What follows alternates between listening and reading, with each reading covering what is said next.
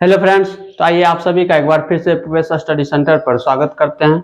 तो फ्रेंड्स, पिछले वीडियो में समांतर श्रेणी का सारा प्रश्न सॉल्व करा दिए थे। अब हम लोग पढ़ने वाले हैं त्रिभुज चैप्टर। ठीक है, तो त्रिभुज चैप्टर से जो है इस बार कुल 22 प्रश्न पूछा हुआ था, 22 नंबर का। ठीक है, तो 22 नंबर में जो है ऑब्जेक्टिव 8 वो है, 8 ऑब्जेक्टिव है। ठीक है, तो आइए अब हम इन 8 ऑब्जेक्टिव को बारी बारी से सॉल्व करते हैं। इसके बाद जो है हम लोग फिर मात्र यही को चैप्टर अब पढ़ाएंगे, इसका जितना सवाल पूछा हुआ है। इसके बाद हम लोग शुरू करेंगे अब एनसीईआरटी, क्योंकि अब एनसीईआरटी मैथ बनाना है। तो अभी तक जो आप लोगों को पढ़ाए हैं, मात्र में 5 चैप्टर पढ़ाए हैं। ठीक है, इन 5 चैप्टर से कुल जो है 65 नंबर का प्रश्न रहता है। इसीलिए अगर आप लोग इस 5 चैप्टर को बढ़िया तरीके से पढ़ लेते हैं कॉन्सेप्ट के साथ, ताकि आपका एक भी सवाल नहीं छूटे, तो आपका 65 से 70 नंबर फिक्स हो जाएगा। आपको 65 नंबर मात्र 5 चैप्टर पढ़ के आना ही आना है। क्योंकि इसका हम आप लोगों को प्रूफ भी दिखा दिए हैं। इस बार जो क्वेश्चन पूछा हुआ था, इसमें देखिए वास्तविक संख्या यानी रियल नंबर, पहला चैप्टर से 7 नंबर का प्रश्न था। ठीक है, आप जोड़ते जाइए, 7 नंबर ये हो गया। इसके बाद देखिए बहुपद चैप्टर से 13 नंबर का प्रश्न था, 13 7 20 नंबर हुआ। इसके बाद तीसरा चैप्टर था दो चर वाले रैखिक समीकरण योग, इससे 15 नंबर का सवाल था। तो ये कितना हो गया, इधर 20 इधर 15, ये हो गया आपका 35 नंबर। इसके बाद चौथा चैप्टर है द्विघात समीकरण, इससे 18 नंबर का सवाल था।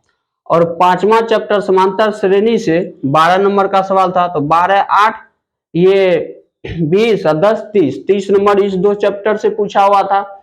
और उधर 35 था, यानी कुल 65 नंबर हो गया मात्र 5 चैप्टर से। यानी मोटा मोटी कहा जाए तो 5 चैप्टर पढ़ने से आपका जो है मैथ में अच्छा स्कोर हो जाएगा। अगर आप पूरा का पूरा 15 चैप्टर पढ़ते हैं तो फिर तो कोई दिक्कत ही नहीं रहेगा। ठीक है, तो चलिए इसीलिए अब जो है हम लोग एनसीईआरटी मैथ को सॉल्व करना शुरू करेंगे। तो ये आखिरी चैप्टर है, इसके बाद हम लोग जो है क्वेश्चन को सॉल्व नहीं करेंगे। इसके बाद सीधा आप बुक पे चलेंगे और वहां से चैप्टर वाइज कॉन्सेप्ट के साथ सॉल्व करना है एनसीईआरटी बुक। ठीक है, तो चलिए आज का सवाल क्या है इसको पहले देख लीजिए।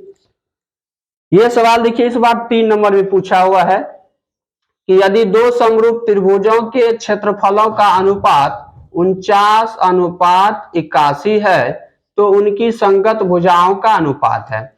यहां पर देखिए क्षेत्रफलों का अनुपात दिया हुआ है। यहाँ पे सवाल में क्या दिया हुआ है, क्षेत्रफलों का अनुपात।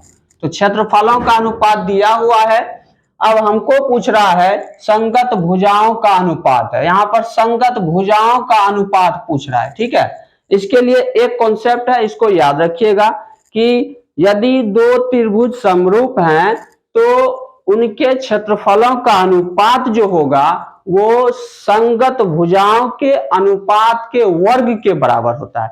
यानी संगत भुजाओं का जो अनुपात होगा उसका जब हम वर्ग करेंगे, ठीक है, उसका जब स्क्वायर करेंगे, वर्ग करेंगे, तो वो समरूप त्रिभुज के क्षेत्रफलों का अनुपात हो जाएगा। यही कॉन्सेप्ट है। ठीक है, उसी का यहाँ पर प्रयोग करना है कि क्षेत्रफलों का अनुपात, क्षेत्रफलों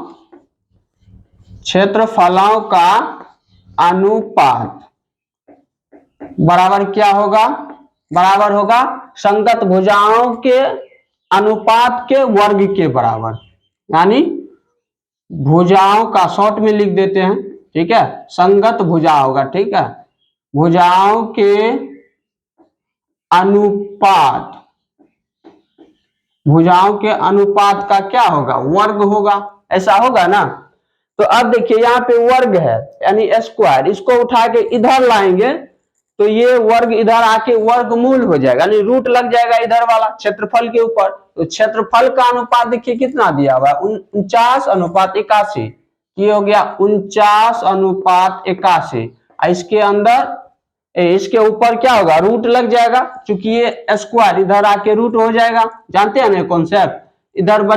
इधर क्या बचेगा, इधर बचेगा भुजाओं का अनुपात, भुजाओं का अनुपात, इधर अनुपात हो गया। और यही ना हम लोगों को निकालना है भुजाओं का अनुपात। तो भुजाओं का अनुपात बराबर क्या हो गया बताइए, 49/81 का वर्गमूल क्या होगा, तो 7/9 होगा, क्योंकि 49 जो है 7 का स्क्वायर है और 81 9 का स्क्वायर है, तो 7/9 रूट से बाहर आ जाएगा, तो 7/9 यानी 7:9 ये आ गया भुजाओं का अनुपात। तो 7:9 देखिए ऑप्शन में है कि नहीं, ऑप्शन बी में है, इसका बी ऑप्शन सही है, 7:9 होगा। समझ गए बात को। तो इसमें एक ही कॉन्सेप्ट है, मात्र इसी को याद रखना है कि क्षेत्रफलों का अनुपात बराबर संगत भुजाओं के अनुपात के वर्ग के बराबर होता है, ठीक है।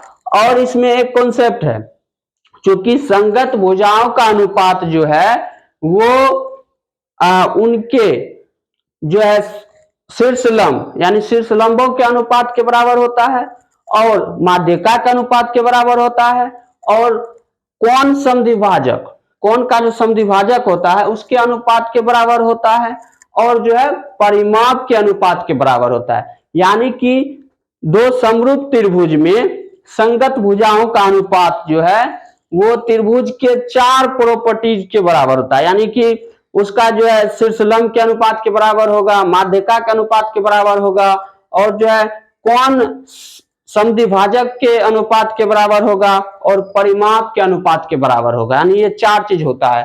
तो अगर भुजाओं के अनुपात का वर्ग होता है क्षेत्रफलों का अनुपात, तो इसका मतलब है भुजाओं के अनुपात जिसके जिसके बराबर हैं उन सभी का वर्ग जो होगा वो क्षेत्रफलों के अनुपात होंगे। यानी हम माध्यिकाओं के अनुपात का वर्ग लेंगे तो वो भी क्षेत्रफल का अनुपात होगा, और जो है संगत ऊंचाई का अगर हम अनुपात लेके उसका वर्ग करते हैं तो वो भी क्षेत्रफल के अनुपात होंगे, ठीक है। तो बाकी चलिए देखते हैं आगे वैसा सब भी ऑब्जेक्टिव आएगा तो वो साथ ही साथ कराते जाएंगे। तो चलिए अगर ये ऑब्जेक्टिव आप लोग समझ गए हैं तो एक बार क्या करना है, वीडियो को लाइक शेयर जरूर कर दीजिएगा। चलिए अब हम मिलते हैं अगली वीडियो में।